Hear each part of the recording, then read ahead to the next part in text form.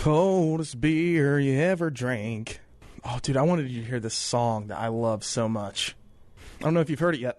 Play it. Getting ready to, son. How was your weekend? Busy. Before we get this thing started, I want, before we start joking around, to say something about Grady Chandler. I saw his mom posted something about how he's off the ventilator, doing better, and he had a nasty spill this weekend. Where was it at, Dylan? Oh, somewhere in Oklahoma, I believe. I guess as good of an update as you can have in a situation like that. He's obviously got a long road to recovery. Those of you that don't know, he was in a sprint car accident over the weekend, and I think has fractures to 4 of his vertebrae and broke another one.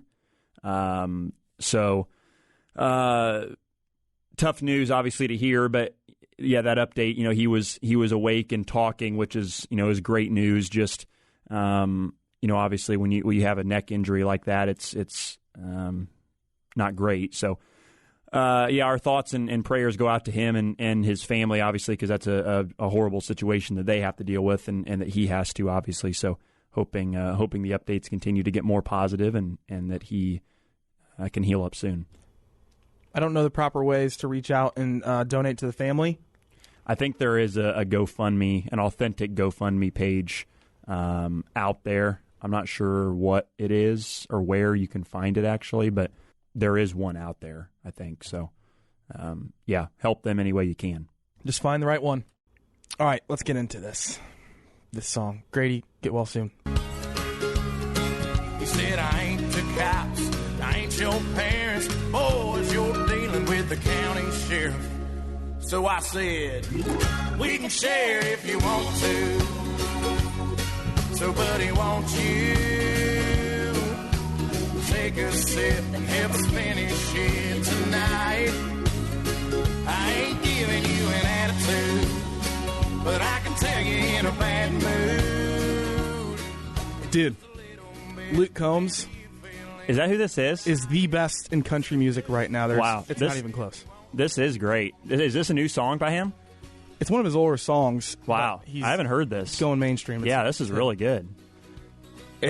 He has been my favorite, so his story's great. I don't want to get too detailed with him. He picked up a guitar in college.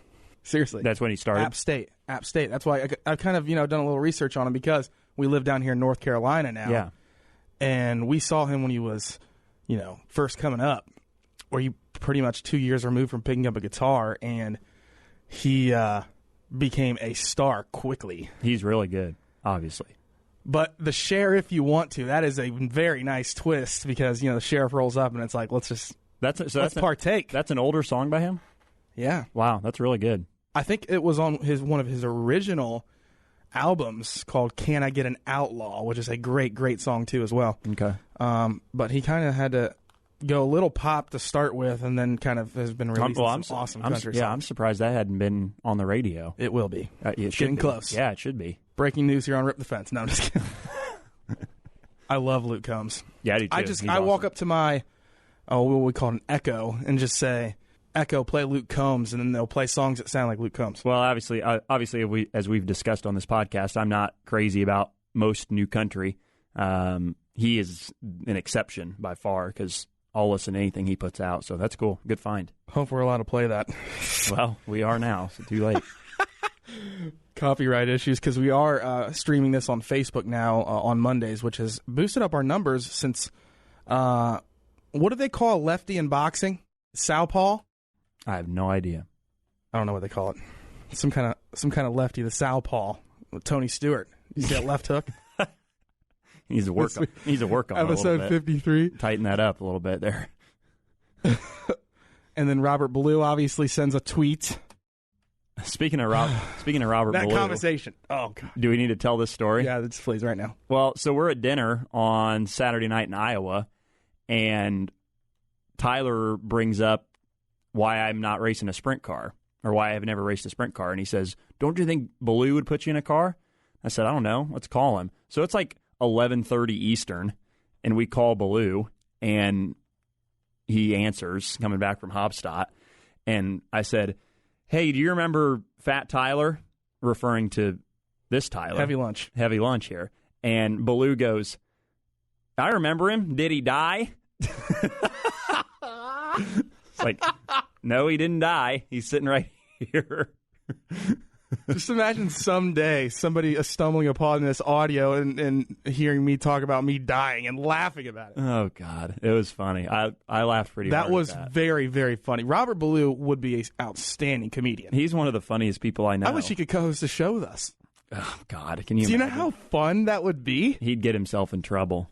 If he's coming to Eldora and he's listening to this, he can co-host with us and he can interview anyone he wants at Eldora with me and Dylan.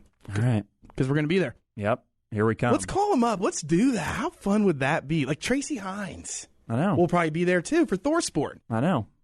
Get both of them in the same room. Oh, do they butt heads? You wouldn't be able to get a word in edgewise with those two knuckleheads. That would be the most fun show ever. Except they'd have all the world's problems solved and then some. For today's. Yeah. There hasn't been much going on in racing, has there? Well, we just finished Sprint Week, and we're getting ready for Pennsylvania Midget Week, so it's been a busy stretch here. That was sarcasm, by the way. Oh, okay. There's a lot going on. Went over my head, clearly. We already mentioned the left hook from Old Smoke, episode 53. Go back and listen to it. We are currently on episode 54, and Smoke's idol is featured today. Kevin Olson. Are we still calling Kevin? I thought we were. No, we're talking about the one, the only. The greatest of all time. The top of Mount Rushmore. What would be referred to as Heinz Ketchup from Jack Hewitt. The Heinz Ketchup of race car drivers. What would be the honey barbecue chips Fritos. AJ Foyt. Super Tex. Are you going to explain what happened when I tried to do this interview? Let's just do it now. Well, it's your fault, so you should explain it. Yes, it is. Thank you. Thank you for telling me it was my fault, because I'm going to say it was my fault anyways. It's really Dylan's fault. Just making sure we reiterate that. I am the executive producer of this show. Actually, not really, because Dylan really makes all of the decisions.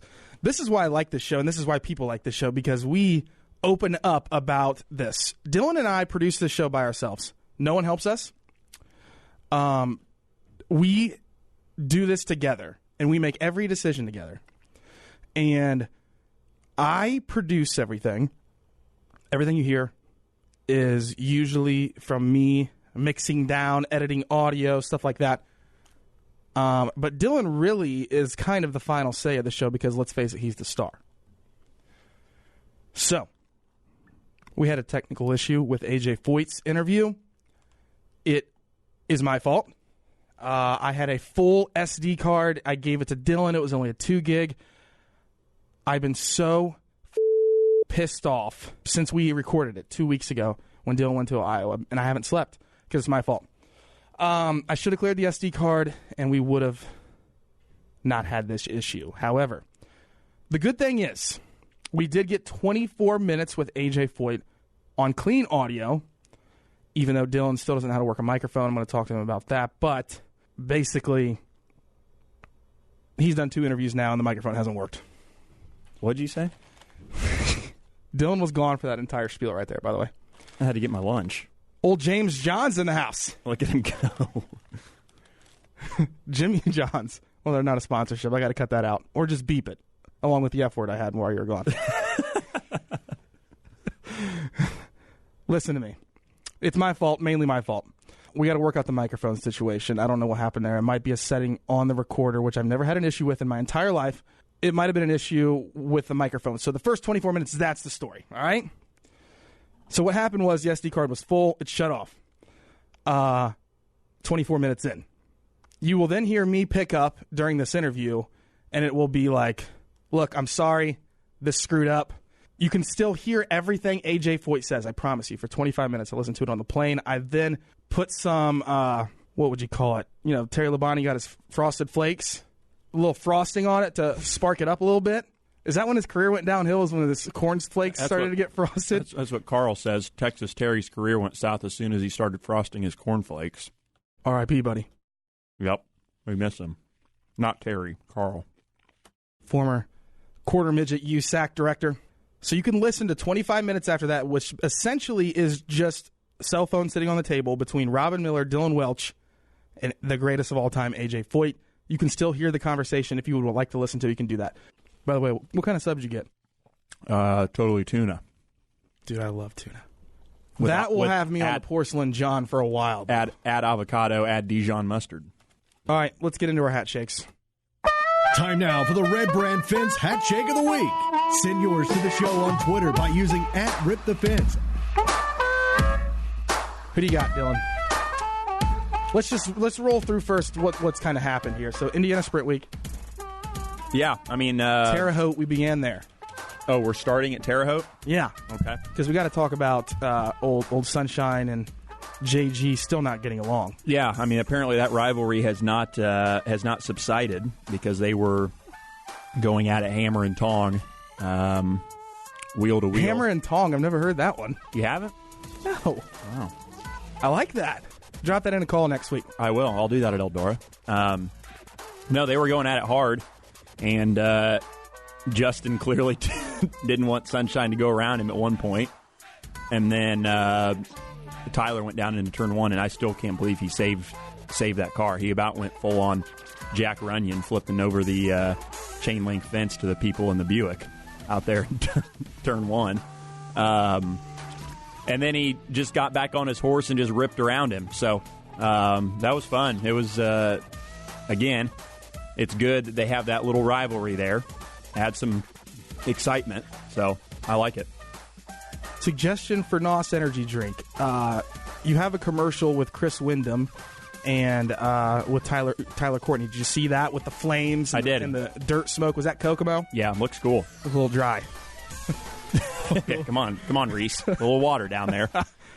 Suggestion, scratch that idea and just air the footage from Terre Haute. Yeah, I mean, you could.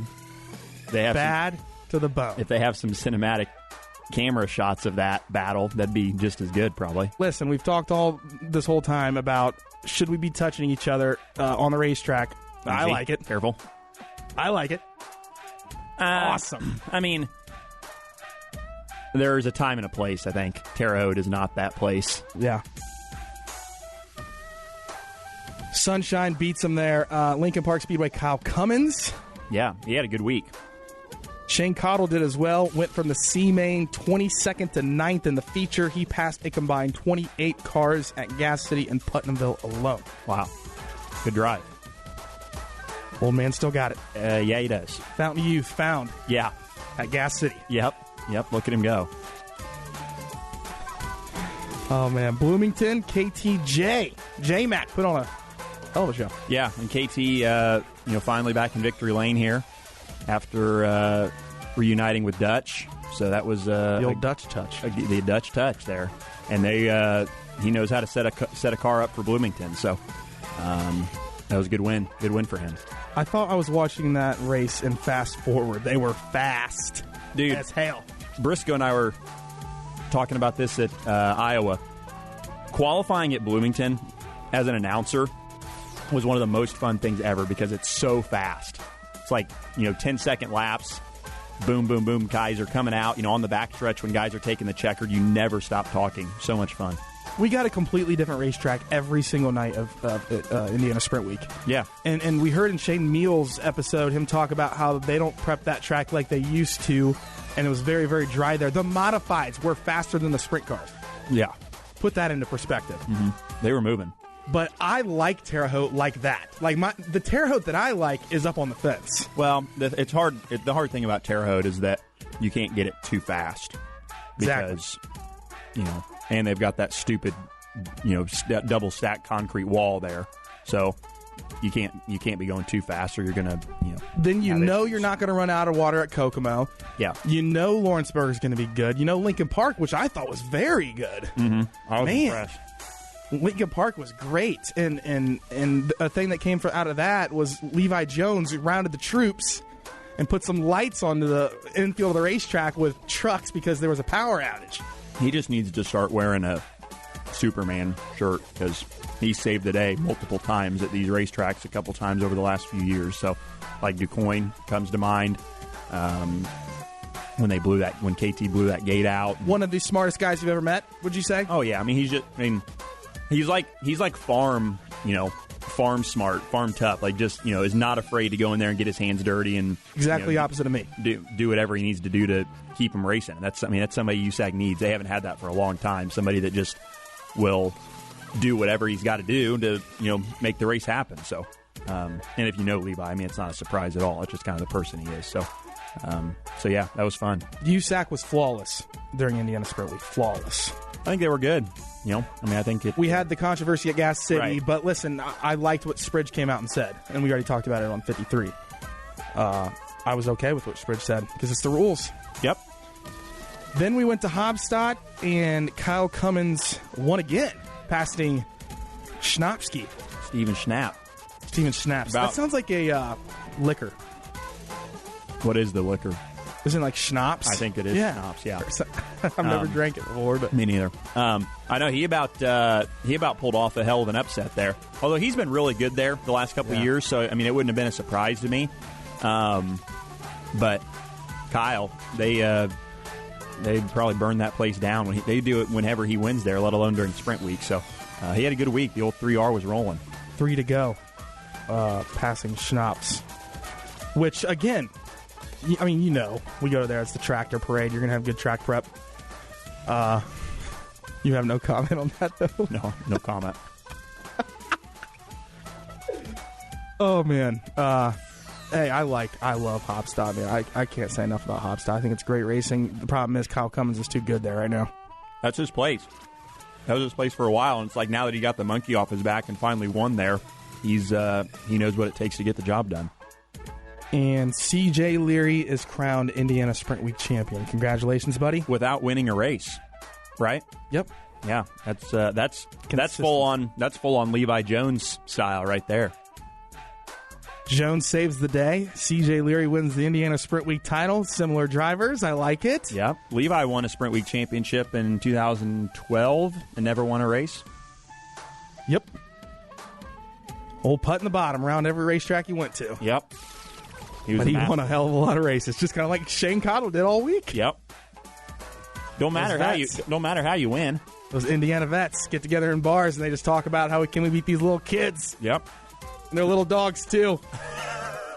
Those guys go up there and pound the top, and they're just cruising around the bottom, driving by them and waving. My hat shake is going to go to C.J. Leary. Big time win in Indiana Sprint Week. Congratulations, bud.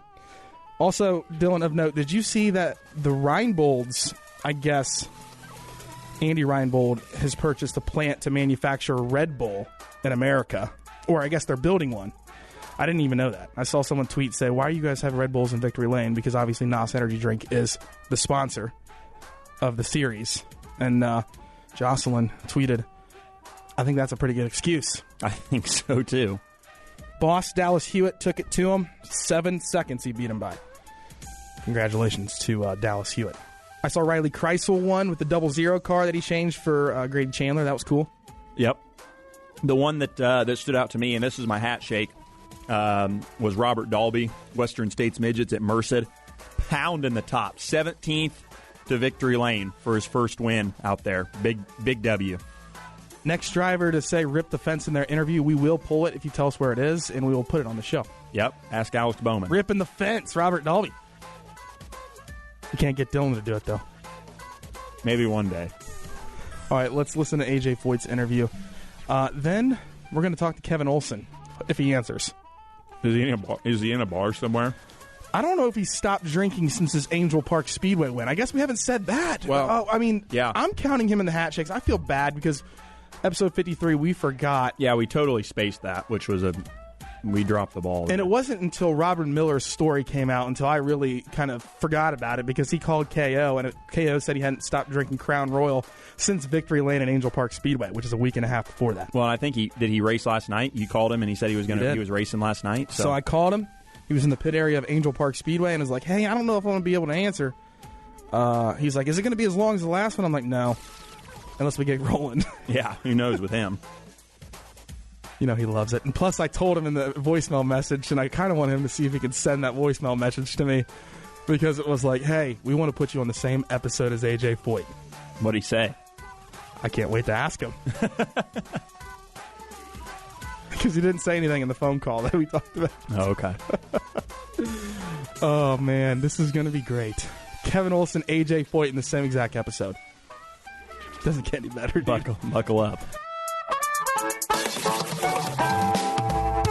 Red Brand Fence. Safe, durable, dependable, and long-lasting. Whether it's keeping horses, cattle, and livestock in or stopping predators, Red Brand is the best fence money can buy. Each inch of the woven wire is inspected for top quality before it's crowned with the trademark Red Top Wire. Red Brand Fence, the most trusted name in agriculture, residential, and commercial fence for over a century. For more information, go to redbrand.com.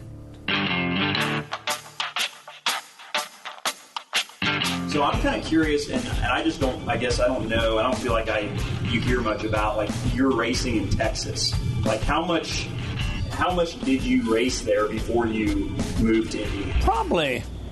Well, I started very young, probably 3 years total. Ran Playland Park, Arrowhead, and all that. And then I went back there a couple times when I was in USAC and won a sprint race, a midget race out there. Before you moved, like, full time? Well, I was back and forth at that time, at Indy and Texas, back and forth. Did you go on IMCA? You were kind of just traveling around, right? I mean, that's what you followed the IMCA, the state fair. Sir? The first sprint car I drove was for Harry Ross. Had old V8, a 6-cylinder Chevrolet motor, and that was at Shreveport. And then that's when Jelly Belly, they call him Jelly, Les Van hired me when he seen me run that. And then how soon after, so what year was that when you moved to Indiana? Probably 56, early 56, I would say. Yeah. Because the Mother Superior, get it out of the boat. He ran five races in 1957, 5 champ car races before he went to Indy. So that was great. Yeah. But it's just, to me, what's that, Annie? Oh yeah, she's that career. Here's the thing. It really didn't matter how good you were anywhere in the country, but when IMCA was almost as good as USAC then, wasn't it? Oh, it was. Right. And Bobby Grimm was the daddy over with that black Hector. Yeah. The black dude. He was good. Yeah. Bobby was. But I'm just saying, so if you did good in IMCA, it was almost like doing good in USAC because somebody was going to give you a chance. Right. But you had to kind of be outstanding. Yeah. And I think what really did more for me was Salem. Oh, yeah. In what way? Why did Salem prepare you better? Well, I think the IndyCar guys looked at anybody could run high banks and win. They were good enough to win Indy. I feel that. I could be wrong, but I know anybody running good on the banks, they didn't hesitate on hiring them. Well, if you're that crazy, because, the stuff we was running on them was just dangerous. So if you was that brave, they knew you wouldn't be scared at Indy. That's right. So you went to Indy in your first year as 58. Did you feel like you were ready at that point? Did you feel prepared? Well, in 1958, I was nervous because I knew how they watch you and how they'd send you home, and I definitely didn't want to do that. And then they told you about drafting and all that going down the back straightaway. Well, then we got to into turn 3 and cars are going all over. And I'm saying to myself, you didn't tell me about none of this crap. And so I went down there and kind of went to the infield and spun down through there and come out lucky enough didn't hit nothing. And that was just luck. But cars were all over. Then later on the race, I had a bottom water hose come off going in 1. So my first year, I spun there in 3 and turn 1. But didn't hit the wall. Huh? Never hit the wall. But you know what, AJ, there's so many guys like Bob Winnie, who drove for you, Sonny Yates, who was a great sprint car driver on the banks. There was a lot of guys that went to Indy that were good midgets and sprints, but the speed bothered them so much they didn't like it. Well, Bobby was in the race, and the last lap qualifying coming off 2, he spun. In your car? Yeah, and he never tried it again. But, the speed the overall, you're going 3 times faster than you've ever gone. It didn't bother you. Oh, yeah. It didn't bother Well, see, I like the big tracks. I like them better than the quarter mile line. I always love half miles and all that. Why? A lot of people don't. Like Buddy Rackley in Houston, you couldn't beat him or Doc Hossey on a quarter mile. Go to a half mile, anybody could beat them. Now that's weird. The same cars, I mean, good, great cars that should just run away. Yeah. But it's just like Doc Hossey. You know, he beat Vukovic, Parsons, and all of them come to Houston. He works at Knapp Chevrolet as a front end expert, and pretty famous guy there in Texas racing. They said, why don't you go on the circuit against them guys the way you beat them here? So he said, I'm nobody's fool. They run 7 days a week, and you ain't going to take that living away from them 7 days a week, he said. He's a very smart guy, you know. But when did you moved to Indy, when did kind of like the NASCAR and all the other opportunities that you got to start to come? The NASCAR deal, the only way you could win that, and it kind of made me mad, in 1960 I wanted to go down there, and I had a good ride, and they wouldn't let me go because I wouldn't have no FIA points. You had to have FIA points, like Formula One point. Well, To ride NASCAR? Yeah, to run NASCAR, yeah. It had to be a FIA race. So after 1960, Mr. Hellman, but France made it a FIA race where you had to pay extra money, would give you a point. The only reason you got it in it was registered as a FIA so the Formula One drivers could run it. And so after that, then they changed 4 or 5 of their tracks FIA because it cost you more money to register with FIA. So that's how I got to being able to go down there. That's the reason you see me. I could just run a very few races, the FIA. And I think a lot of them, I'd say a lot of them, but maybe 4 or 5, they wanted me to run their tracks like Atlanta, and that's the reason they went on to join the FIA for the racetracks, which qualified me. But see, if you went down there as a USAC driver and it wasn't FIA, then USAC barred you, suspended you. That's right. Paul Goldsmith got suspended for a whole year once. Yeah, because of that. Uh-huh. Yeah. Yeah, in other words, it had to be a full FIA like a Formula One race so you could run. And then USAC overlooked it because they were FIA at Indy, see? Yeah, but there was something about stock cars because, you know, growing up, I watched him and everybody that was somebody in racing ran the Indiana State Fairgrounds mile dirt track and stock cars, and they were 2 times a year they raced there. Then we go watch him run the Yankee 300 at Raceway Park. So you knew early on in your career you're pretty versatile. I mean, you could run stock cars, you could run road courses, you could run dirt. Well, don't you remember at Hoosier 100 one night, I had 2 stock cars there. Remember, I blew the engine up. Then they caught us with changing the doors because we didn't have time. They caught us changing doors. Changing doors, putting a number on the other one, so you can't do that. I said, well, it's the same car. Well, no, the doors are on the same as the other car. I never heard that one. I like that. That's true. I know. You're the king. We understand that. But there was something great about your era because you would run a midget, a sprint car, a stock car, an Indy car, a sports car. 5 weekends in a row. Well, I need the money. It wasn't like these guys. But is that why you had to be so versatile? Because you just well, I mean, you didn't. These guys make so much money. They make more accidentally than I did running all like 60 or 70 midget races. And he'll tell you, I mean, you had to if you're going to make the races. And when you went to races back then, like you said, champ cars, it'd be 18. Well, if you drew a bad number, you come like this of not making the race on the dirt. Well, it'd probably be 35, 40, 45 cars there.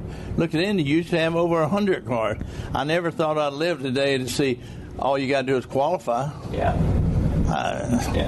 But and you did all your own car building, you did all your own motor work, you did everything. Why were you such a good mechanic? Huh? Why did you obviously had mechanical aptitude.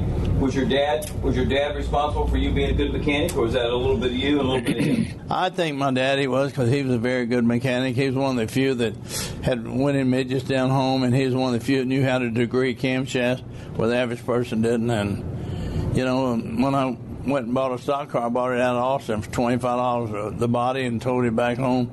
And he made me, when I needed help, he'd help me, but he made me do it all myself. Why did he push you so hard? Huh? Why did your dad push you so hard, do you feel like? He did not push me. I know he had always winning cars, and then he liked a couple of race drivers, and they was running 4th or 5th, and they were friends, they worked with him. And people, what's wrong? Your daddy's slipping. That's what pushed me, that my daddy ain't slipping. When you're a kid, you hate people talk about your parents when they've been up here. Probably like they're talking now to Larry. What's wrong, though, man? Can he get his cars back up front like he used to be? We will get them back, believe me, before I die. You're going to live to be 105. Shit, you got 20 more years. But there was something about you, unlike anybody else. I mean, Bobby Unser was a pretty good chassis man. Mario was a pretty good chassis man. They couldn't build their own engines like you, and they couldn't build their own cars like you. So you had an innate ability to use your hands, not to just drive a race car, but you could put engines together, and you could fabricate. Well, even on A.J. Watson, when I put a Chevrolet, I built that motor myself and all that in his garage over there where he used to live. And with Big Noddy and I working together, many times I've washed a dirt car, Indy car, and I'd pull a motor out for him or maybe pull it apart. I mean, I had to keep a job, And, my biggest contract I had was from him, and it's $6,500. I've showed Ann. I think I showed you a copy. You gave me a copy of it. And that was the only contract I've ever had. Really? $6,500. Plus, you gave me a copy of the contract. Did somebody give you a midget and took out an insurance policy on you? Was that Bob Bowes or what was that, Andy? You got something where your signature's on it, and it said AJ gets this either sprint car or midget. It might have been Bob Norwicki. Yeah. Remember over there? That's the type of guy he was with Premier Fastener both. Yeah. But you signed and said, I'm going to take care of this car. Yeah. And it said at the end of the year, you returned the car the way you found it. Yeah. And then the guy took out an insurance policy on it too. That's always refreshing, isn't it? The car owner takes out an insurance policy on it. Jeez. I'll tell you what, it's been a wonderful career, man. I don't think nobody's had any better career than A.J. Foyt in racing, especially where I came from. In the little house, Ann seen it.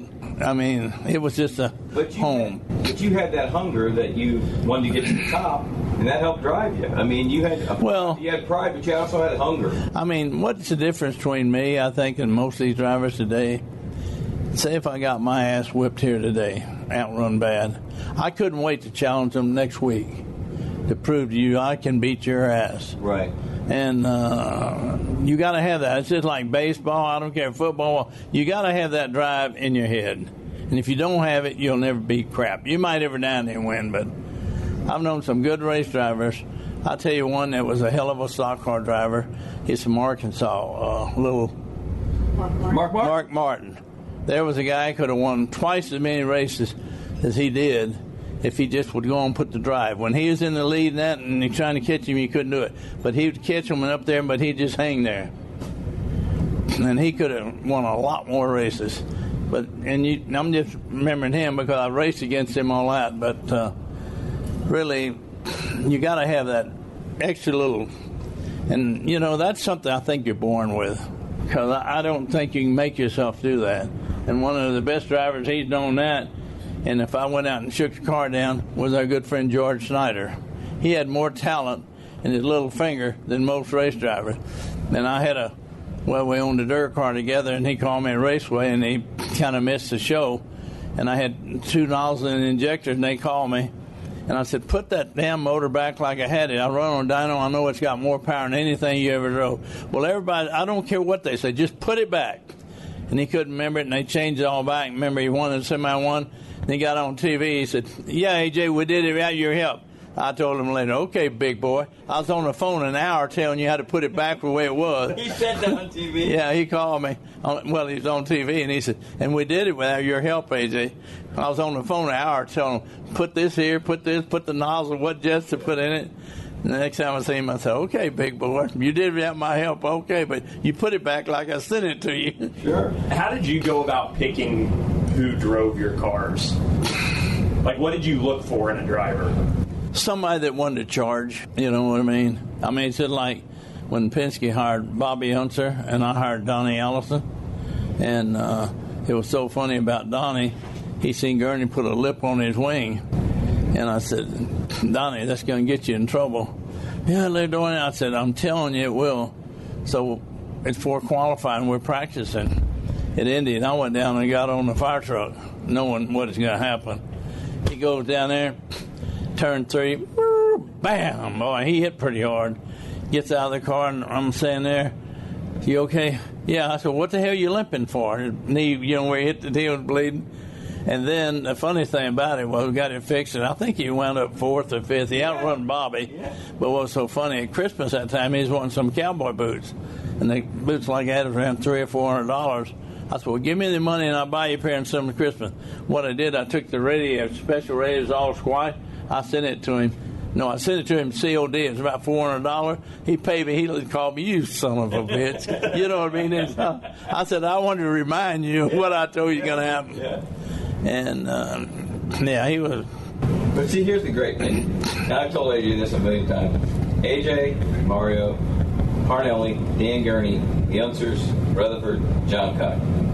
That's the last of the great old breed, and they grew up. They raced in the most dangerous era. They raced in the most glamorous era.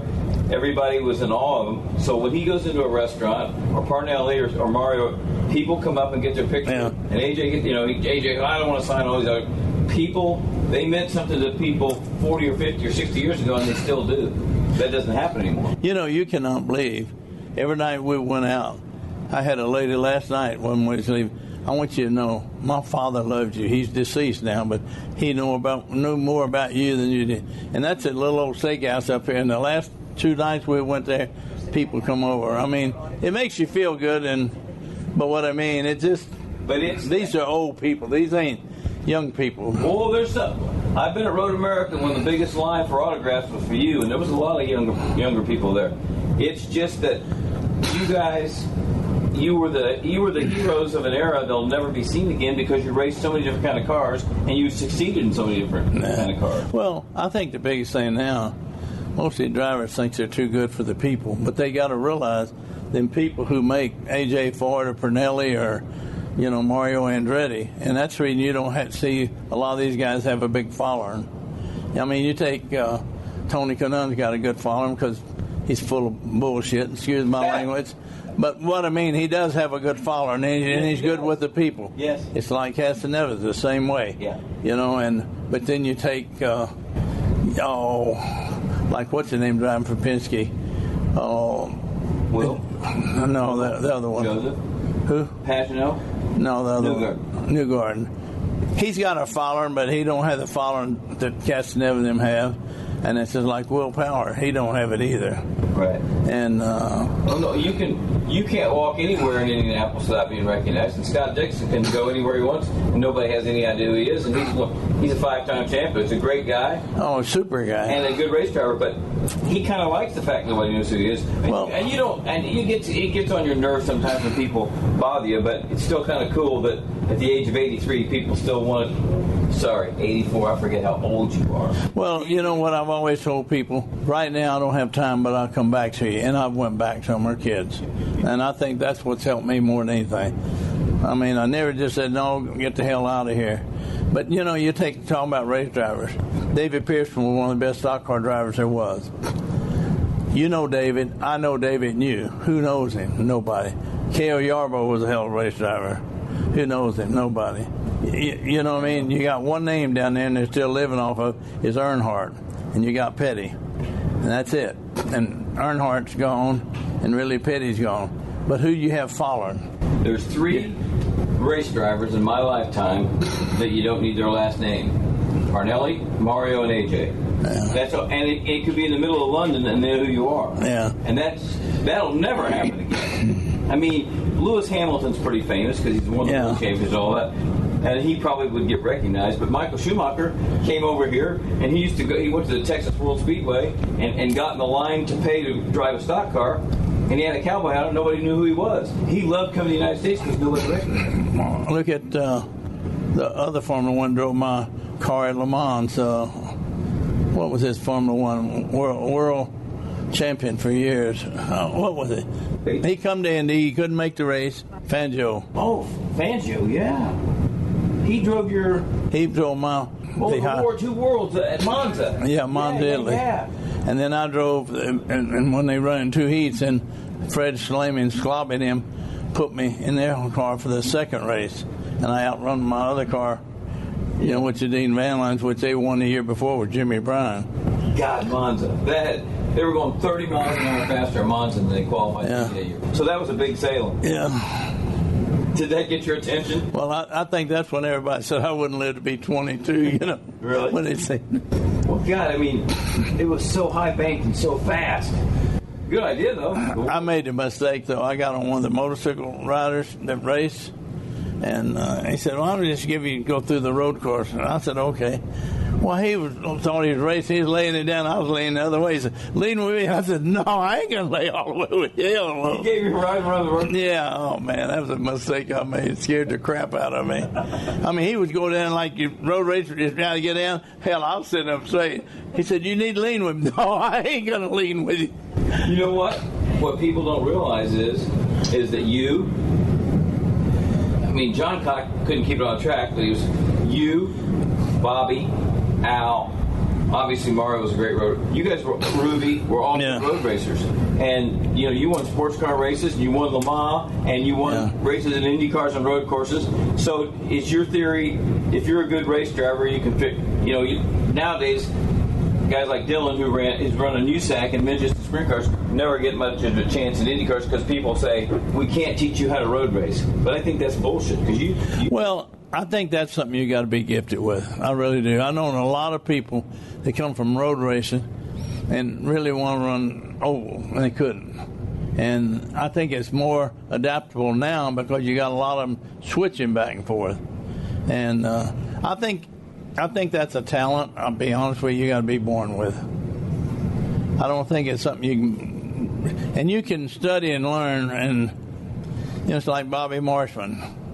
He was a good race driver, fast race driver, got killed at Phoenix, terror tested, burned to death is what happened, really, when the throttle stuck. But he wanted to run, but I think what he would do, he would take off and run like hell. But I think he was making himself run so hard, he just wore himself out. You know what I mean? I believe that because I know he used to work out and all that stuff, and he was a good, clean guy and a super nice guy, but I think he made himself do stuff that he didn't feel like he was capable. And I think when you're trying to do something you're not really sure, you're going to wear yourself out twice as quick. I don't care what it's in. I know I've done the same thing, you know, myself. And I know you have, and all y'all have. Like you're a little nervous trying, but I'm going to make myself do it. And then after you do it, man, I'm tired, you know. Who was the most diverse race car driver that you raced against? I can't answer that. I loved anything I got into, and I wanted to win. And the whole secret of racing, you got to want to win. And I don't care what you're in. Even when we played basketball, I wasn't no basketball player, but I wanted to win. But still, I got out there and wanted to win. One of the funniest nights of my life watching you guys play basketball. Where was that at? They set up a charity deal at the Indiana State Fairgrounds. The Indiana Pacers did, and they had everybody that was somebody in USAC. Yeah. I mean, it was I've got a picture. It's unbelievable. Yeah. Everybody that was a star playing basketball against the media, and the media wasn't very good either. But I'll tell you what, Mario took the ball and ran with it, and then he'd dribble and then he'd run with it. And no, Mario, that's travel. He had no idea. Bobby Unser was the most uncoordinated fool I've ever seen. AJ, nobody wanted to get near him because they thought he'd elbow him, so he got a few rebounds. But it was the most entertaining 45 minutes you will ever see. But here's what I want to ask you while you're talking about. Langhorne was the most deadly track in history of racing. Why were you so good there? I think because, you know, I did run power steering, and I was pretty strong. Because when I went back to Indy, you know, the cars were heavy steering, and I made a hoot-ass shock, and I had a little steering when I sit there probably 3 or 4 hours a day and just turn it as high as I could. And I think to cover my chest. Now it's just all fat, but I'm talking about in the younger days. But I know you were in good shape, but Langhorne... Oh, it'd kill you. What the biggest thing was at Langhorne, one of them I won one time, my head was laying on my shoulder. I mean, it'd tire you out so bad. Because, hell, you was running back then 115 mile an hour lap on dirt sideways. And they call puke hollow. Had to get a hold like that. That's where Jimmy Bryan got killed. And I'm talking about he won everything over there. And it's just a very dangerous racetrack. Killed many, many top drivers. All right, so this is where our recorder died. We then started the cell phone, and here's the last 25 minutes of A.J. Foyt, Robin Miller, and Dillon Welch. It was a good race. It was a fun racetrack, but you had to be.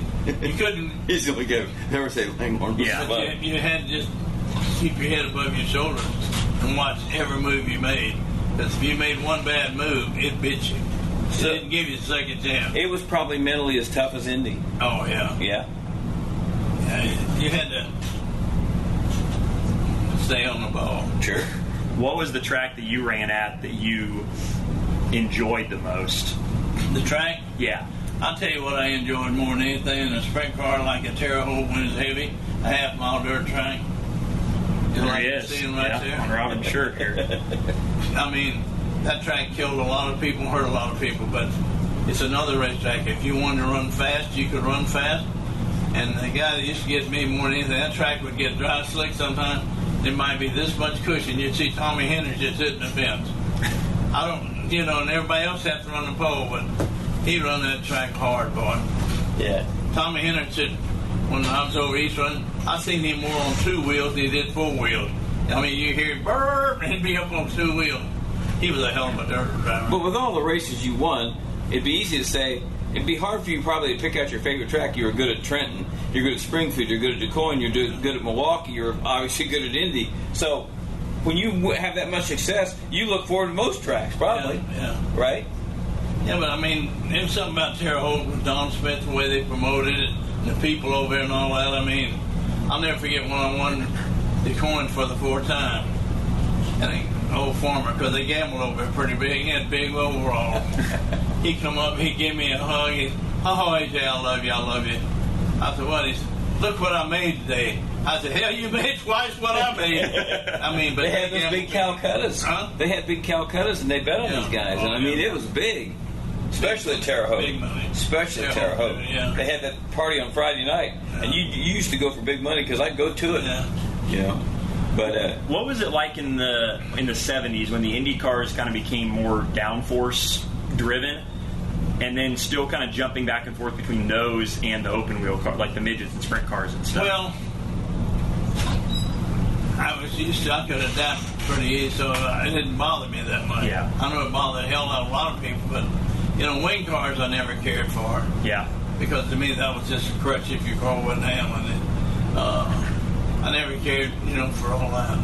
he went from 100 and I think AJ went from 138 to 225 in his IndyCar career. Think of that. Yeah. 138 miles an hour to 225. 138 when you started, and 225 when you retired. And he told me once that's when they use a 3-2-1 marker on the straightaway when he's a rookie. And I said, AJ, was it harder to run a Roadster in 1960 or a ground effects car in 1992? And he said, a Roadster. Right?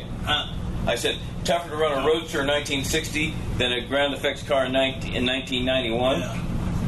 Well, I never thought I'd live long enough to run the Indy flat-footed all the way around. Right. The Roadster, you don't even attempt it because you wasn't going to get off turn one. No, but it. No, and I'll tell you what was really tough, people didn't realize the brakes. I always used to say, when you come off the pave, hit the brake, fillings would fall out of your teeth, they're so rough. And the Roadster, they weren't, you carried 75 gallons of fuel in the bag.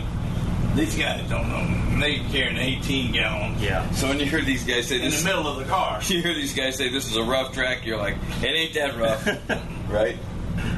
No, they're talking about this rough already. They don't know what a rough track is. Yeah. No, I mean racing, Big South in racing. I don't think the racing's no better, but the safety's about 1,000%, and that's a plus. I got scars from them things, but that's the biggest thing that's coming racing. Your Indy 500 wins. I know the 61 race, obviously, just because it was your first one, was big. 64, you had the big crash. 67, you come through the smoke to win. We can start there, I guess, just talking about that. You come off turn 4, and there's 5 cars crashed on the front stretch. What happened on that race, I'll never forget it. I was going down the back straightaway, and I could have lapped them cars, and for some reason, I shut off. I let them go on. But I was way ahead, with the lap ahead.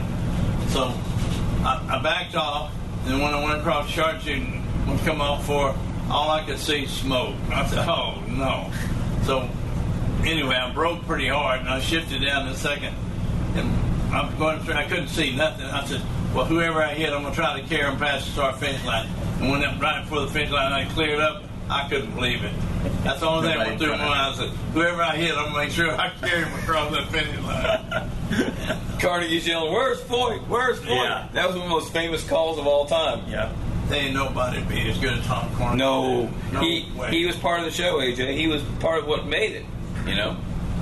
I mean, it's just, these guys don't know the fun it used to be in racing. You went out and you cut up with each other at night, pulled jokes on each other. You don't see none of that anymore. You have any good stories? Huh? You have any good stories from those days? Any good? Talk too much about them. Well, what's your favorite story that you can tell? Just jokes or stuff you would pull with guys. I think the biggest thing was on Timmy Delrose. He always pulled jokes on us. So myself, and I think Snyder with it. We got a key to his room there at Speed Motel. Put Lindbergh cheese all over the bed, rotten shrimp and all. And the next morning he's calling it. There's something wrong with my shoulder. I couldn't sleep all night. I was having to sit outside my room. Oh, he Lindbergh cheese. Oh, my. So you couldn't even walk in and he'd gag you. Oh, my. He said, I tried to sleep. I had to sit outside my room. He said, y'all got to come in. There's something wrong with the suit. No, Timmy. Oh, that's great. Oh, we're talking about you. He said, you sorry bastard. Yep, that's great. Your relationship with Tony Holman. Why did he take such a liking to you? Well, he kind of gave me a place to live from my backseat of my car. And then June Swingle never tear over, you know, and I don't know. It just was a relationship. It was a friendship deal. It wasn't where he used me or I used him. And I know every time I got hurt or something like that, Daytona when I got hurt, him and Joe Cotier would be some of the first ones at the hospital, you know, to make sure. And then the newspapers used to say, who's your favorite race drivers? And he'd say, they're all my favorite, which he loved all the race drivers. Maybe a week or two later, he'd come back and pet me on the shoulder and say, you know my favorite. But what I'm trying to say is, it was just a family relationship. We spent 4 or 5 Christmases together where Elmer and the kids, all of his kids are about the same age as ours. We lived with Mary and Elmer one whole season. We traveled together back and forth. Mary, you know, Tony's mom and that.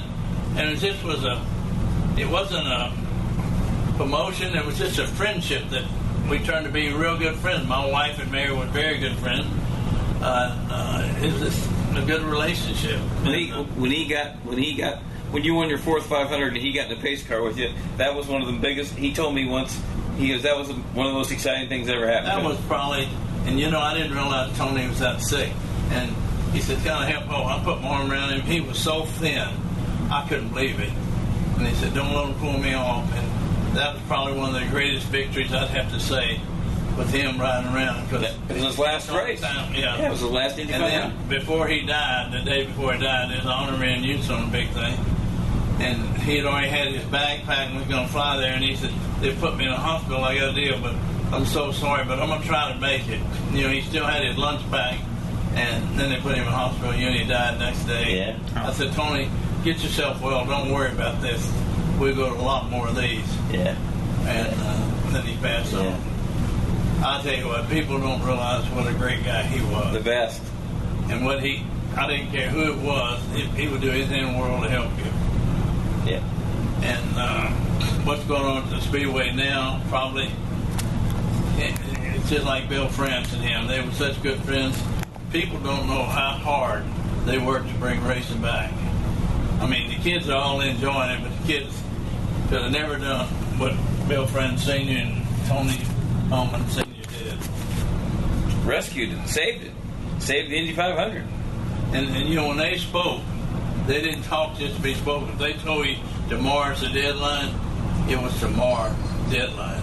I remember when Joe Cotier was on the board, the USAC when I was on the board, that asked Joe, "Well, what do you say?" He said, "When I get ready to talk, I'll tell you. I'll tell you right now, I'm neutral." I mean, he was. People at the Speedway right now, they wouldn't last 2 days in the garage here. They'd be out. And he moved Judd Phillips, he moved a lot of Rocky Phillips, said, "You got the season to get your shit out of this garage. If you don't, it'll be at the front gate." And that's where it'd be. Joe, right or wrong. Well, you had Clarence Cagle and you had Joe. And Joe was Tony's right-hand man, and he was a very smart businessman. Very smart businessman. And you never saw him, did you, AJ? You never saw Joe.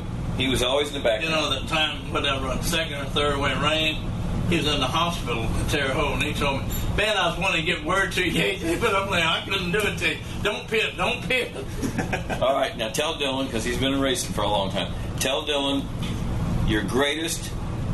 what's the greatest cheat you ever got away with? You can tell us. We won't tell anybody. The greatest, because I love the fact that you had nitrous in your roll cage or something at stock car race, which was one of the great. What's the best one you ever got away with?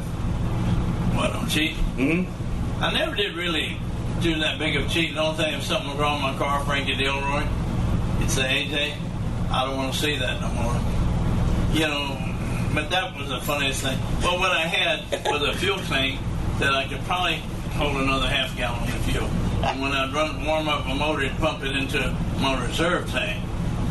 And, you know, he was pretty smart, but he wouldn't make a big deal out of it. He'd just say, if he seen something, I didn't care if it was your car, mine, or yours.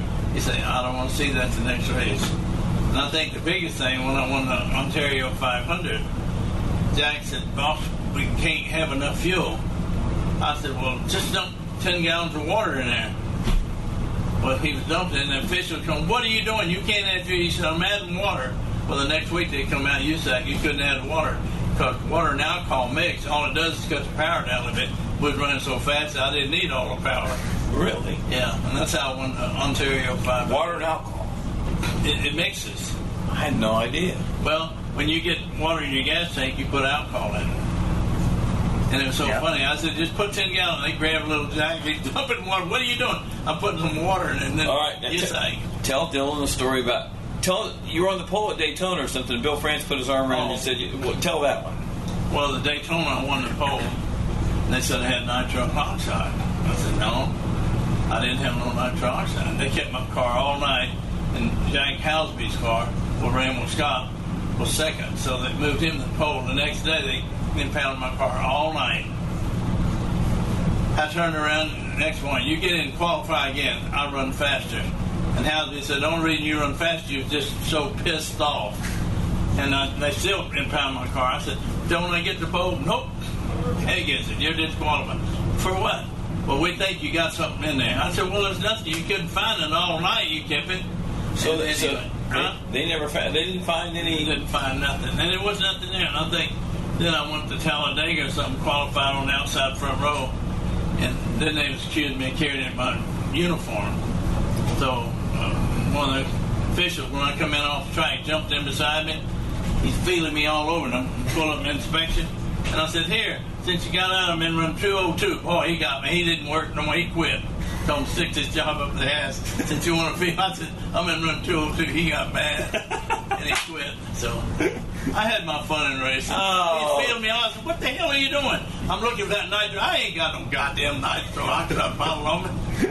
God, I'll tell you what. Here's my room key. I like that. That's a good. I haven't heard that one. That is really good one. Yeah, I've had a lot of fun. Yeah. I'm probably the only one. I can't remember his name when I took what's his name? Won the championship. Then he turned around on the yellow, hit me, Kowicki, and then it pissed me off. On purpose? Huh? He hit you on purpose? And then when the yellow come up, I caught him. I spun him out. And then one thing led to another, and then they black flagged me. They penalized me. I went through the pit, probably at 200 miles an hour. The guy helped up the stop sign, and I said I was going to stop. Shit, AJ. He throwed the sign and dove over the wall. He said, I can see in your eyes you wasn't going to stop. And then they penalized me again. And one of the guys that was really there, official, picked up a wrench, air wrench, and I can't remember who it was, one of the big football players from New York, that knew, little short guy, but I mean really mean. And he says, next time he comes through here, I'll stop him because this wrench is going to go through the windshield. They said, it wasn't Butkus, but about me and him. He said he texted me on the shoulder and said, go ahead, you'll never throw another. They said the official just left my pit. He said, you'll never throw another wrench. So I had a lot of fun through the years. Yeah, and you never... thing of it is that nobody ever messed with you in Parnell. Nobody ever wanted to fight you guys. Johnny White made the mistake of crossing you once. He's the only guy ever smacked. I still blame myself for that. Him getting killed or paralyzed. Why? Well, right before that Terre Haute, I went out and set a new track record, and then he went out behind me. And when he hooked that rut. Right. And I always felt like he was trying to one-up you? Huh? He was trying to one-up you? Uh-huh. But, we were pretty competitive then. Yeah. And he was just coming home, so. Yeah. I felt like maybe if I wouldn't have done that, he wouldn't have probably drove in that hard. Maybe I'm wrong. Well, you might. It's possible. Well, I mean, he was really a competitor. Yeah. And was really coming along, so shit happens. It does. What else do you think? No, I think he's pretty much covered his career. That's pretty damn cool. The thing that's cool is that in my lifetime, I'm almost 70 years old, so I grew up watching him, and then I got to know him. Then I started covering him. Then he retired, and then I got to be friends with him. So I called him on the phone once or twice. Like I did a column a couple years ago on July 4th. I called AJ, Dan Gurney, Mario, and Bobby Unser, and they were all home. And they all answered the phone, and we talked for 20 minutes or so, and I was just thinking how lucky I was, because it's very seldom guys that were your heroes growing up end up being your friends. Yep. And I think, he said he's had a great career, and I think, but he shared that with a lot of us, and I think that's why it's so much fun. I always try every race to spend half an hour with him, just because I love talking to him, because he's always got stories, and he's why I love racing. Well, the driver that's really underrated, I think, was Dan Gurney.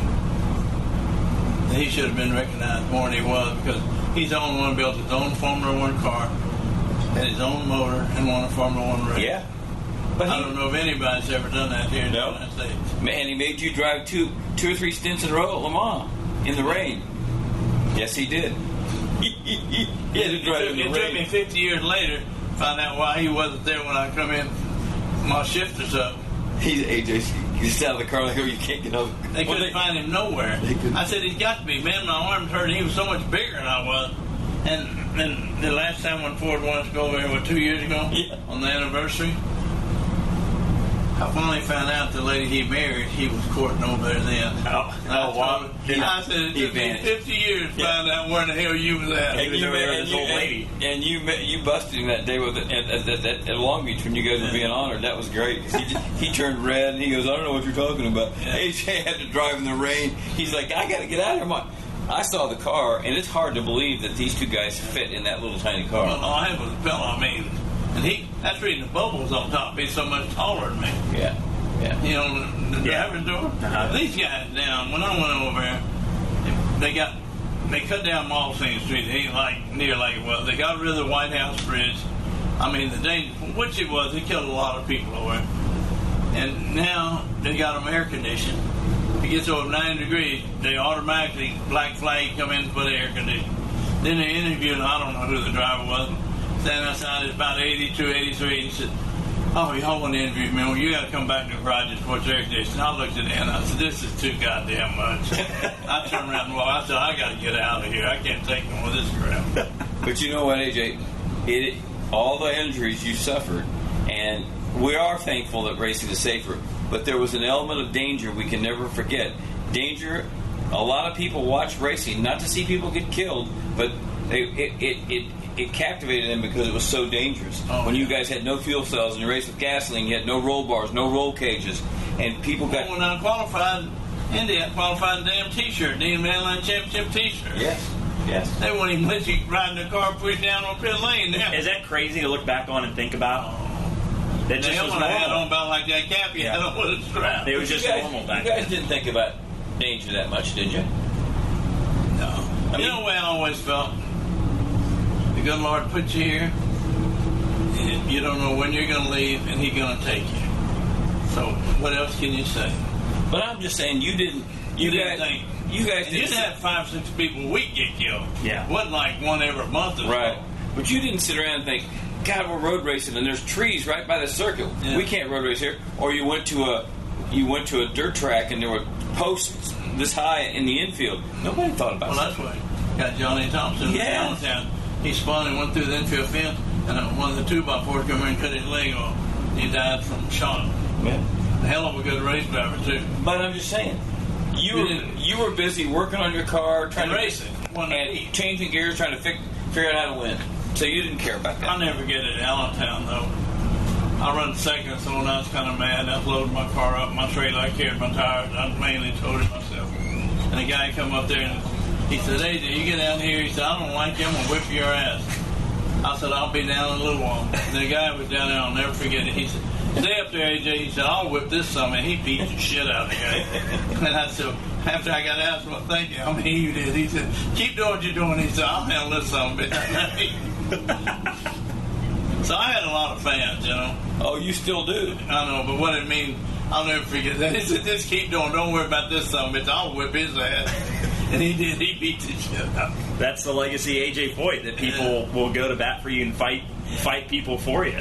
Oh, he had 2 more minutes, Andy. It's 1 hour, and we're going to give him back to you. AJ, when him and I had our little disagreement in 1981, and I wrote a story that he was a cheater, and he sued me, and of course he won. He always wins. He wins. There were guys standing outside of Gasoline Alley with AJ Foyt shirts, and every day I walked in there, they threatened to kick my ass. They said, we know where you live. We're going to find you. AJ Foyt's the greatest. You're an asshole. He did stuff for you, and you turned on him. And I was scared. Like 5 days in a row, I was like, George Snyder said to me once, he said, you crossed the wrong man. I said, I'm starting to figure that out. I think the funniest thing, after that Johnny White deal at Williams Grove, I was on with 3 big old guys come to Who's Your Hunter. Fuck them, Foyt. USAC comes over there. You got to get them guys out of here. I said, hey, I don't know who they are. That means they were big. I said, if y'all want them shirts off, y'all go. You would go take them off yourself. They never did go over, but you remember that? They walked through the Oh, yeah. Somebody's got a great picture of it. Yeah, I mean, so I've had a lot of good. Oh yeah, you have a lot of loyal. Oh, there's a lot of loyal friends. And USAC come in, you got to get them. I said, no, I don't know them. You go get them out. And Johnny Parsons in California, I think he really liked me because I used to have my shirt when I started copied him. You had the satin. Yeah, satin shirt to drive a midget. I was out there at Sacramento, and I was up in front, and I guess they catch me, knee down, turn one, I'll never forget, he says, move down. And so I moved down, and after about 2 laps, he come there, he goes, he was really smooth. Is that cool? Yeah. That's cool. And then I went on one afterwards, he went, he was kind of my idol in midget, but he was good. Yes, he was. A good man, nice guy, too. Real nice guy. Yeah, no, you used to be a nice guy. All right, what else? All right, that's it. 1 hour of AJ Foyt. You tell them what Canada, what it did to you? I think Ann was there when I said it. Them guys come up to me. Oh. What do you really think of Robin Miller? I said, you really want to know? Yeah. I said, he's the asshole like me. Oh, I knew you was going to say that. Oh, there's only one, and that was AJ Foyt. Appreciate him taking the time at Iowa a couple weeks ago during the IndyCar race to sit down and talk with Robin and I. After the break, another knucklehead, Kevin Olson, back for round 2. This is episode 54 of Rip the Fence. Presented by Hercules Tires, right on our strength. Red Brand Fence, the most durable, dependable, and safest fence in the world. Top horse farms use Red Brand Fence to safeguard their equine investments. Cattlemen install it to ensure their cattle are safe. Racetracks around the world use it to protect spectators, fans, and crews. For over a century, Red Brand's quality has been used internationally for countless uses. Red Brand Fence, the most trusted name in fence. Explore our products at redbrand.com. Here's your chance to win a set of your very own Hercules tires. Go to HerculesTires.com/MRN. Simply register, and each month we'll give away 1 set of tires. Hercules Tires has the value, selection, and industry-leading mileage coverage to get you wherever you need to go, no matter where the road takes you. Register now for your chance to win a set of Hercules tires at HerculesTires.com/MRN. Hercules Tires. Ride on our street.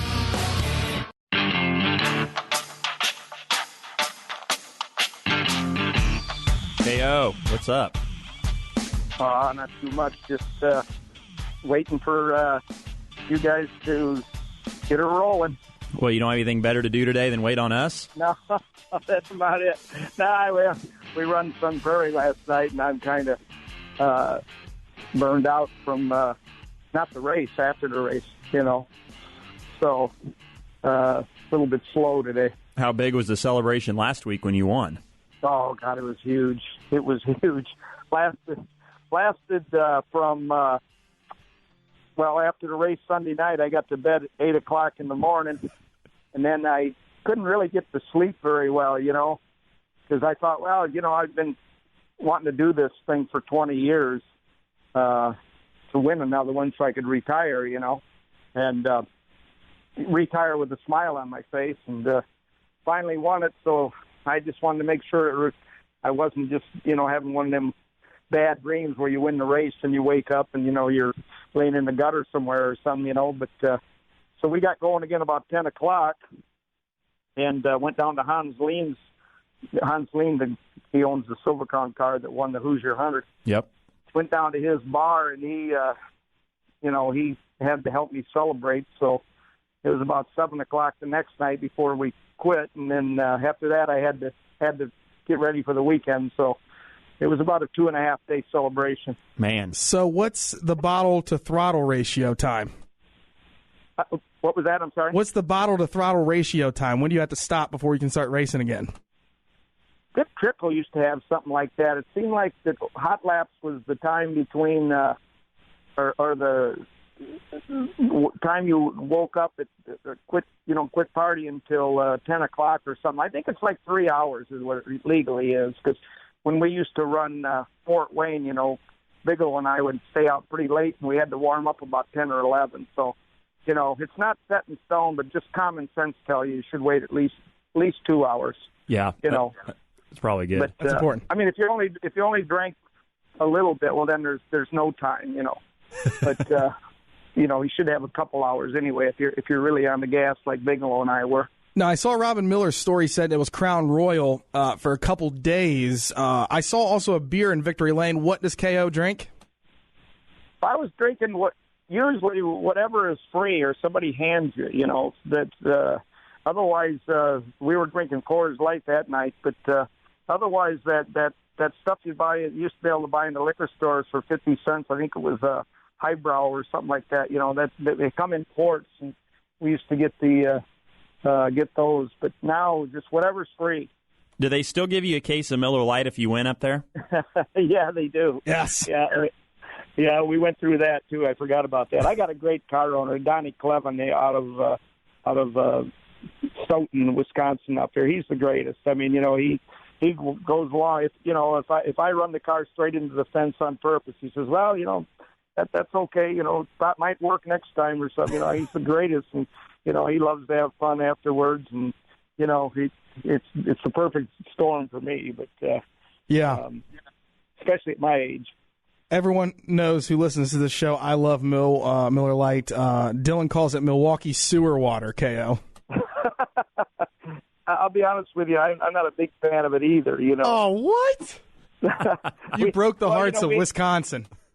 I had Pabst, their sponsor, back in the '80s. With Wilkie's and everything, and we would get it by the skid load.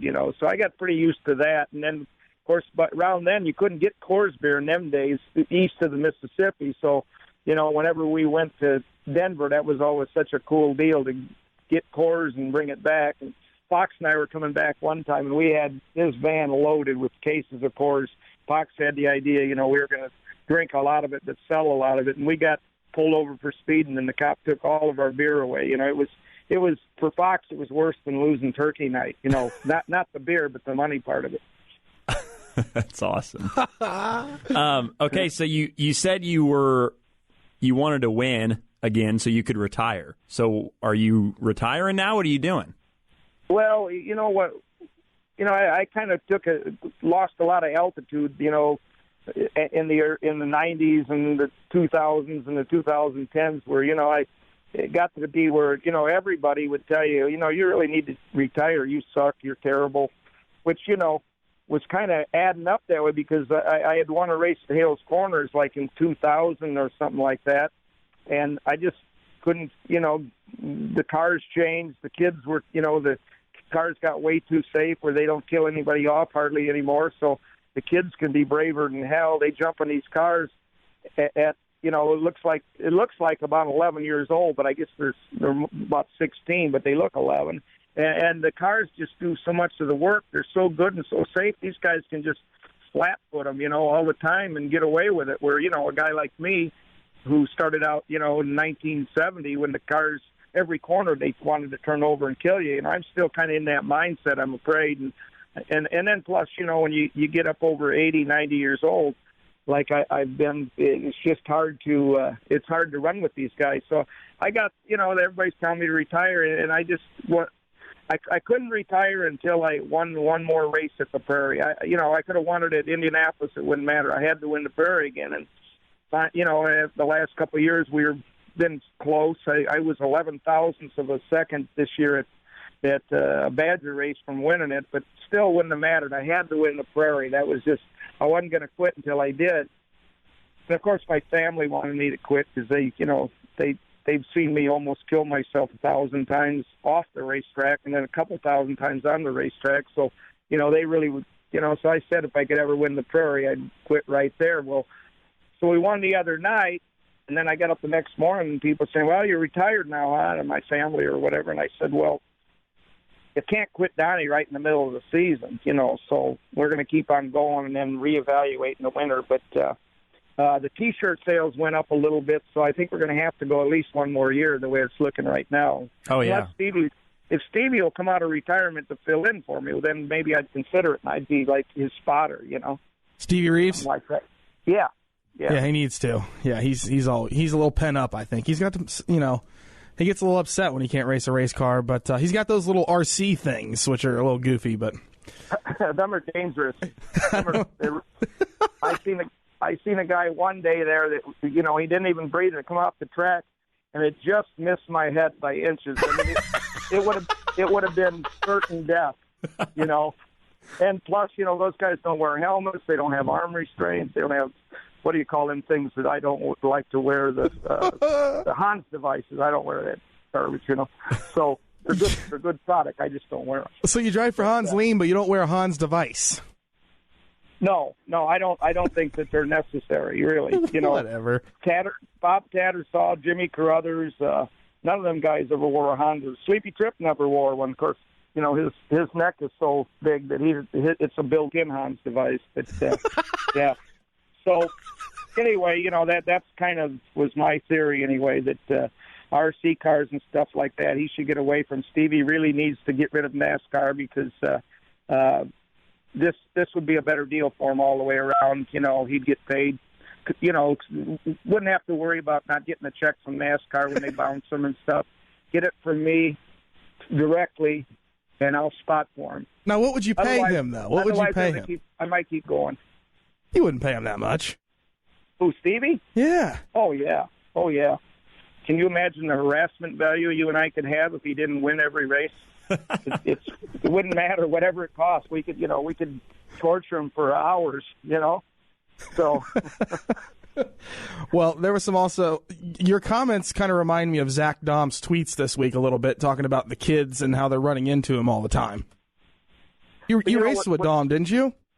Oh, yeah. In fact, it's kind of funny because he's been in my conversation a lot. I guess I understand. Is he got a hearing problem or something? Yeah, he does. Yeah, well, I'm kind of the same way, and they suspended me earlier this year with Badger because I got run into, and it bent the air cleaner into the throttle and hung it wide open. And at that time, we were still kind of in this points hunt, which no longer really doing. But so I just decided there's only 7 laps left. I'd run it with the kill switch, and which I think is really a smart idea because what could go wrong? You got a switch where you can turn the motor on and on and off. So I run it that way, and they were trying to get me off the track. Badger was because they didn't think it was safe or whatever. But anyway, the long and short of it is I couldn't hear them because I can't hardly hear anything, from all the years of racing. And so I kind of got suspended for a race for that. But so Zach, yeah. But getting back to the other, I mean, when I first started racing, I heard the same thing that I'm saying now, from the drivers back in 1970. These kids, they have no respect for them. They run into you, they do this, they do that. Of course, back then it was a little different. When you got run into there, you might tip over, and those cars were, when I first started, it was just a roll bar, and cages were optional. So, I heard kind of the same thing, and now I hear myself saying that. But really, there is something to it, because the kids nowadays have such great race cars. I mean, they're stuck to the ground, and they don't bicycle very often, and then if you do tip over with all that, containment seat and all that garbage, it's pretty hard to hurt anybody, and so they can be pretty brave. Where but again, I heard that when I first started too. So, but the cars are too safe. They really are. You got to get them where, if everybody can do it, what's the thrill for the fan? They're wanting to see me crash really good, but they don't want to see me get killed. They just want to see me maybe break an arm now or then or something like that, but not get killed. So they're pretty safe. We're having AJ Foyt on today. I don't know if Tyler told you that when he called you. So you're going to be on the same show as Super Tex. Oh, put me first, and to have him as the guy that. Also, we got another guy, or something like that. Yeah, the follow up. Headline me, yeah. I only really raced with Foyt, I think, just one time in my career, and I beat him terrible. I mean, it was really sad to see a guy like me beat him so bad. But he did sit. It was a Terre Haute at the HUD 100, and he sat on the pole in Howard Linney's car. It was really cool because he'd run the Hoosier 100 the day before, and then he came over and run Terre Haute. And I had my old car, which was, we didn't qualify very good. It was just an old Chevy too. But long and short of it is, at the end of the day, I was like 14th or something, and he was like 30th. So, he broke though, about the third lap leading it, or fourth lap. So, but still, I just figured I'd really put a whipping on him that day. Yeah, I really showed him. You tell that story in your book, which is an amazing book. In the book, if you haven't listened to KO's episode, I don't know the number now. I'll insert it later. I forget what episode it was. But anyways, you tell a story about that AJ Foyt, but you also tell the story, and I want you to tell it because you didn't tell it on the last podcast. And that is when you smoked out the entire city with some manufactured car. Well, first of all, before I start that, AJ probably would have beat me if I had finished, because he probably would have lapped me about 3 times. But the fact that I finished him in the standings, it looks like I really lapped him or something. Hanging up on your wall. He's still my hero, and always will be. Anyway, so back in high school, I had a 55 Chevy, and we took all the interior out of it so that it would rattle a lot, and echo when you talk. We took the back seat out and everything. Then we actually put a toilet in it. We cut a hole and put a toilet in it, so when we went to the drive-in movies, we could, wouldn't have to get out of the car when they were drinking beer and stuff. So I never was really into the high school, scene much, other than, having the Animal House stuff go on. But so we took a bug sprayer. It was a 5-gallon bug sprayer that's pressurized, and we run a line to the exhaust manifold with a valve on it to turn it on and off when we wanted to, and then we had 5 gallons of oil. And when I'd go down the road, I'd turn that valve on, and that pure oil going into the exhaust manifold would smoke like it was the greatest thing you've ever seen. I mean, it was amazing, the smoke it put out. If I pulled up like at a stop sign and turned it on, nobody could move for a while until the smoke cleared, because it was that, you could hide buildings. It was really something. But anyway, I was sitting at the drive-in one night, and I decided to smoke the whole place out. And while I was doing that, a cop pulled up behind me and had his lights on. And honestly, I did not know it, because I couldn't see anything but smoke. So I pulled out and was going down the road, and the cops got his lights on. When they finally caught me, today they'd had the SWAT team on me, I'm sure, but back then the guy got out and he was furious. So they took me down to the local police station and hauled me in, and they confiscated my car. And they took me in like in the movies where they put the bright lights in your eyes and want to know what I was doing and how I was doing that smoke. And I explained to him, I was scared. I was only 17 years old. I told him we had this machine and everything. Well, my buddies, when they had me inside the police station, went and took the thing out of the car, and I didn't know that. So the guy said, let's go see this smoke machine you got. So we go walking out there, and I said, well, it's right here underneath the dash, and it was gone, So he thought I was lying to him. So he said, we're going to keep the car here until you bring us that smoke machine, And then plus they give me tickets for something or other. I can't remember now. But anyway, car sat there about 4 days, and I get a call one day, and the guy says, come and get this piece of shit out of here. He said, it's sitting in the parking lot, draining oil all over everything. All my cars leaked oil. And 3 of the 4 tires were completely flat. And he said, just get it out of here, So I went and got it out of there, and they never got my smoke machine. But the beauty of the story is that they never even checked that I had. They were so mad they never even checked that I didn't have any license plates on it. 'Cause I had so many junk cars. I just flipped one plate, to the other, of course legally. But they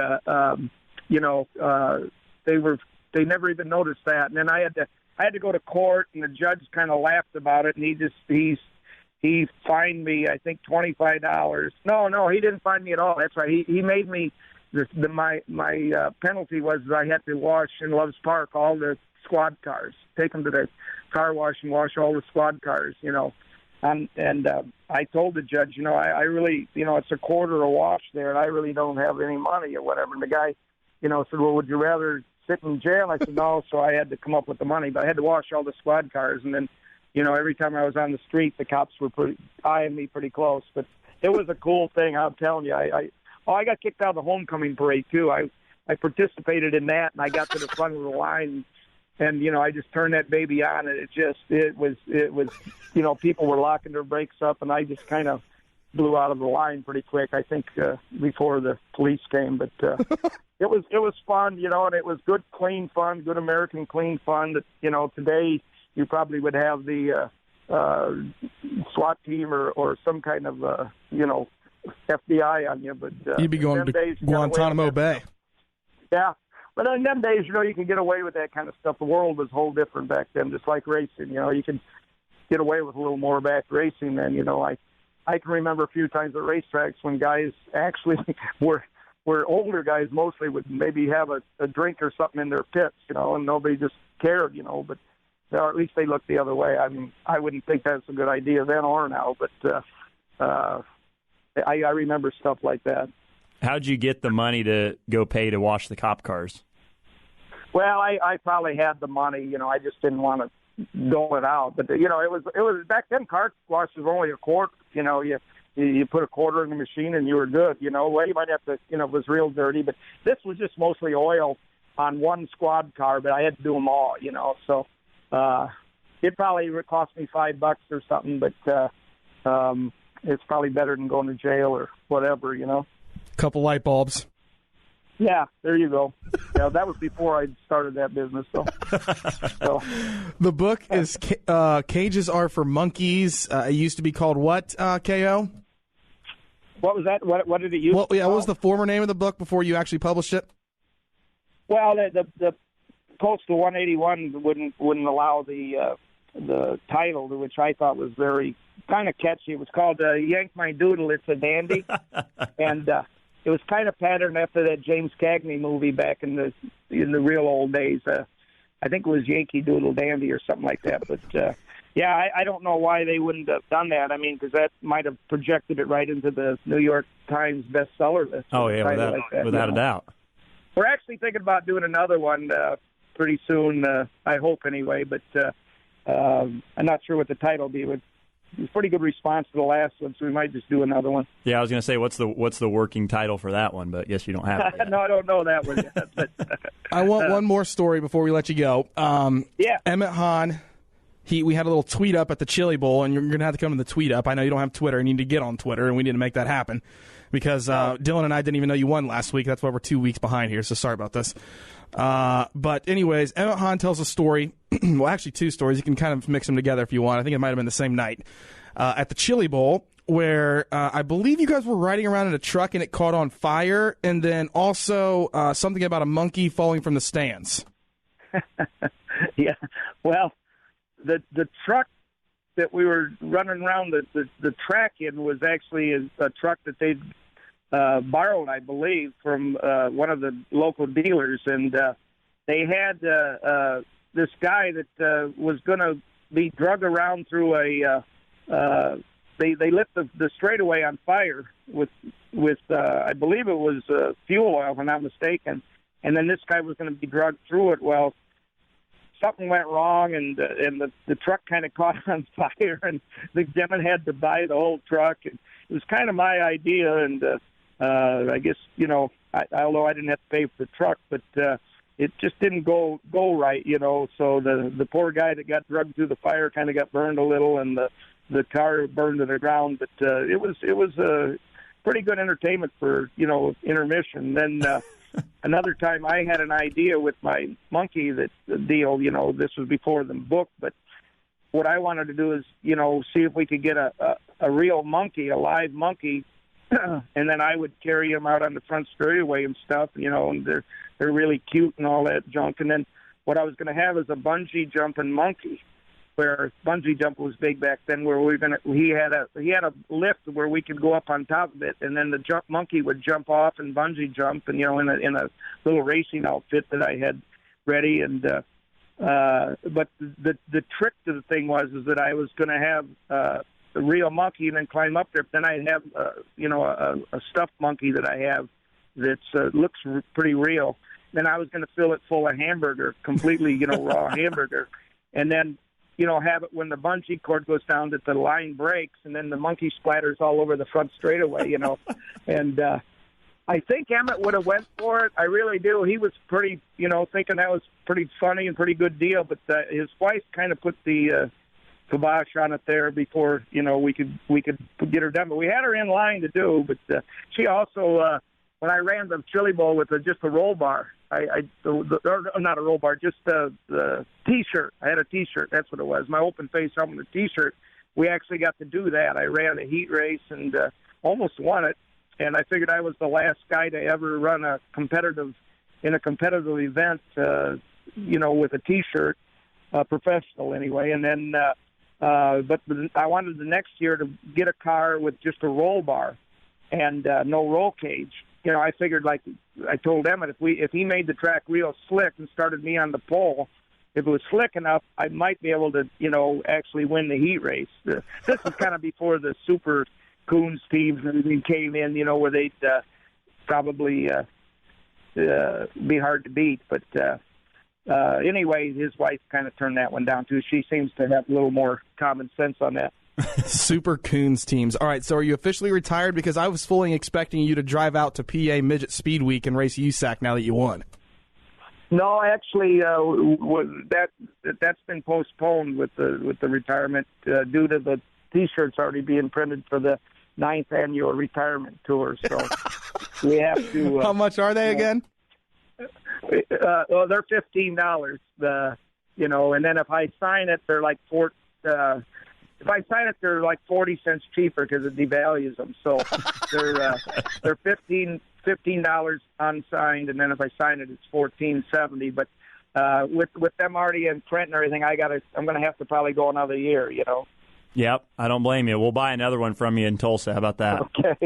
Okay. All right. And well, anyway, appreciate you calling and tell AJ he's still my hero, even though I did finish ahead of him that day. But he shouldn't have stood on it so hard and blown it up.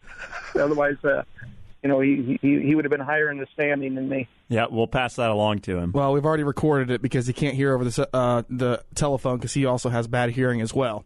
So I tell you, we had to do it in person.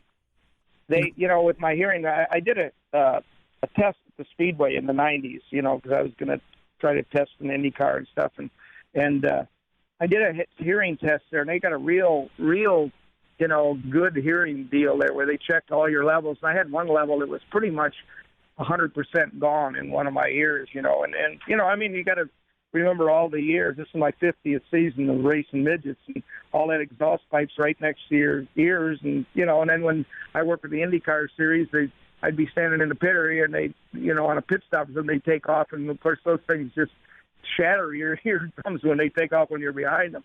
So I really do have a problem there. But with Badger, with these radios, we never had radios ever, till 10 years ago, and we got along pretty good. But when they get a guy like me, I mean, they're constantly on the yellow trying to get me to get in line or get me behind somebody, and I can't hear them, so they get mad, and then sooner or later some driver pulls up and points, and I know where I'm going. But it's kind of a deal where they can't they can't suspend a disabled guy, I don't think. And, I'm going for the disabled sticker here, I think, because of this now not being able to hear. So well, at least you're not colorblind. No, not colorblind at all. No, I'm not at all. I can see the checker and the green. That's all that matters. Yep. Congrats on the win, man. Thank you. Well, I appreciate it. Thank you. Talk to you later. That wasn't a jab at you, by the way. I thought it was. Okay, maybe it was. Thank you so much, KO. Obviously, you heard AJ Foyt. Again, apologies for the audio. I still think you heard a great conversation, Dylan, in my opinion. Yeah, I mean, AJ's awesome. He's 85 years old, but still great memory, sharp as a tack. And I wish that everything had worked right, but it's still one of those things, like for me, to get to do that interview, obviously he's my hero.